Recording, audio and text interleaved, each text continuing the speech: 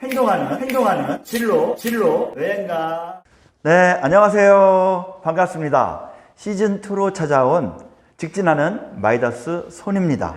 시즌2에서는 특수학우 학생들의 선취업 후 학습에 대한 제도와 그에 따르는 생생한 사례를 재미있게 풀어드리려고 합니다. 이제는 대학이 아니라 직업이다. 현장에 나와 있는 특수학우 학생들의 선택, 이미 변화는 시작되었다.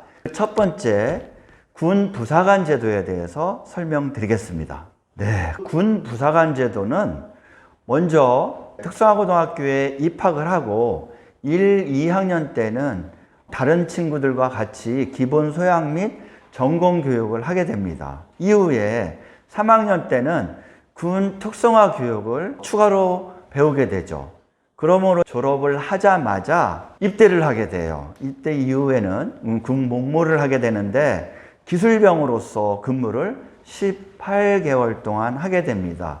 이후에 전문 기술 부사관으로서 임관이 되어서 근무를 하게 되는데 추가로 6개월에서 48개월 복무를 마치게 됩니다. 이후에 직업 군인의 길을 갈 수도 있고요.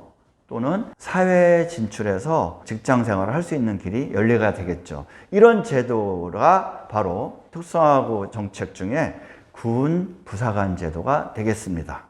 그 밖에도 특수학우에서는 병역 특례 제도가 있는데 이 병역 특례 제도는 산업기술요원 제도라고 하는데요.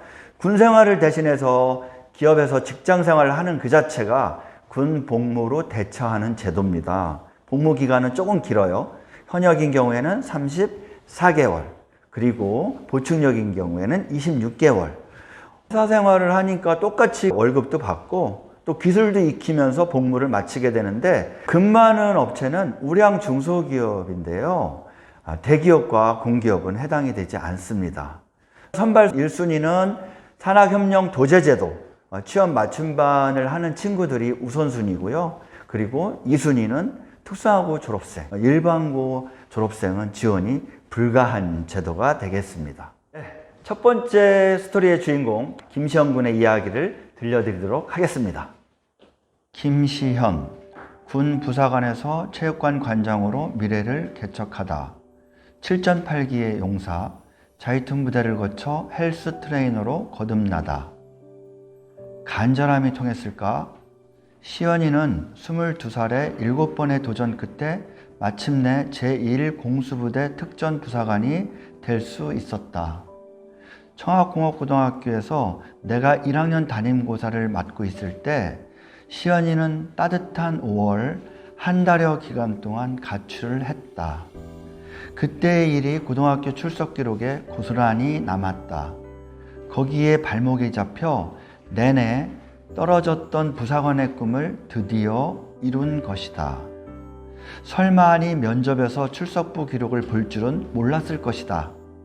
하지만 출결은 학교 생활 동안 성실성이나 책임감을 확인할 기록이라서 어찌 보면 성적보다 중요하다.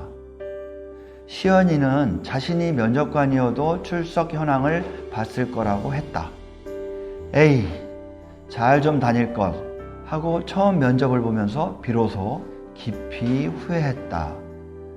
고등학교를 졸업한 후 건축 현장에서 미장 일을 하던 그에게 공수부사관은 간절한 꿈으로 다가왔다. 그래서 몇 번이고 도전했다. 그 정성을 보고 선뜻 보증을 서준 모병관과 그런 그의 거듭된 도전을 알게 된 면접관들이 호의로 드디어 부사관이 되었다. 뼈저린 후회를 동반한 성취였고 말할 수 없이 뿌듯한 경험이었다.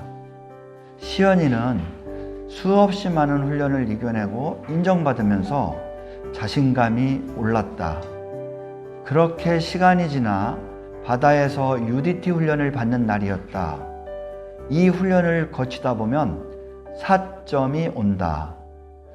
물속에서 필요한 산소가 부족해 죽을 고비에 다다르는 경험을 하게 되는 것이다. 그에게도 그 순간이 왔다. 죽음이 코앞에 있을 때 두 사람이 생각났다고 한다. 어머니와 고교 시절 그를 고비마다 잡아주었던 내가 떠오르면서 겨우 사점에서 벗어날 수 있었단다. 부사관 시절 시연이는 정말 열심히 훈련받고 근무했다. 그러던 어느 날 자이퉁 파병의 기회가 그에게 찾아왔다. 파병도 다녀오고 싶었다. 거기까지 다녀오고 나면 어떤 어려움도 굴복하지 않는 강한 남자가 될 것이라는 생각에 도전하게 되었고 무난히 뽑힐 수 있었다. 이라크의 평화 재건이라는 목적 아래 전쟁 지역 한가운데서 하는 대민봉사가 자이툰 부대 병사들의 일이었다. 전쟁터라는 긴장감 속에서 고된 일과가 반복되었다. 그렇게 시간이 흘러 그는 27살에 제대했다. 그러고는 어느 날 연락이 왔다. 나를 만나고 싶다는 이야기였다. 함께 만난 자리에서 자이퉁 파병 때 포상으로 받은 시계를 내가 차고 있던 낡은 시계와 바꿔찼다. 꼭 그렇게 하고 싶었단다. 늘 함께하고 싶다는 마음의 표현이었다. 제자의 그런 마음에 얼마나 가슴이 뭉클하고 벅찼던지 한동안 여러 선생님들한테 자랑하고 다녔다. 지금도 그 시계를 고이 간직하고 있다. 시연이는 군 제대 후 사업을 했다. 하지만 2번을 실패했다. 답답한 마음이 들던 차에 워킹 홀리데이를 알게 되었다. 영어를 전혀 못하는 그가 새로운 기회를 찾아 선뜻 호주로 떠났다.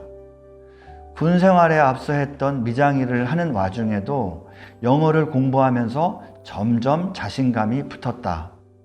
시간이 지나면서 삶의 여유가 조금 생기자 룸메이트 동생과 지역 스포츠 센터에서 운동을 시작했다. 동생이 그가 운동하는 모습을 보고 엄지를 척 들며 형이 운동할 땐 즐거워서 나도 따라하고 싶어져 라고 말했다. 후배의 그 한마디가 그의 인생의 전환점이 되었다. 고등학교 1학년 때는 마음을 잡지 못했던 시연이는 3학년 때 철이 들면서 부반장을 맡기도 했다. 지금도 이따금 안부 전화를 걸어올 뿐만 아니라 만나서 사제정을 나누고 있다. 특성화고 출신의 특전사 지망생 후배에게 경험을 나누는 일도 하고 있다. 봉사단을 만들어 지역의 봉사도 다니고 교도소에 가서 재능 기부를 하는 등 정말 훌륭한 청년으로 성장해 지역사회에서 큰 역할을 하고 있다. 요즘은 헬스 트레이너로서 부족한 학문적 기반을 갖추고자 용인대학교 체육과에서 공부를 하고 있다. 그야말로 일과 학습을 병행하면서 선취업 후학습을 실천하고 있는 셈이다. 다음엔 대학원도 진학할 계획이란다.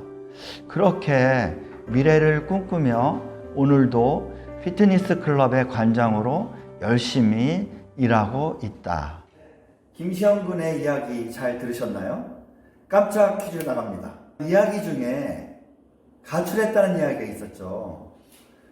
가출하기 가장 좋은 계절과 그리고 몇 월일까요?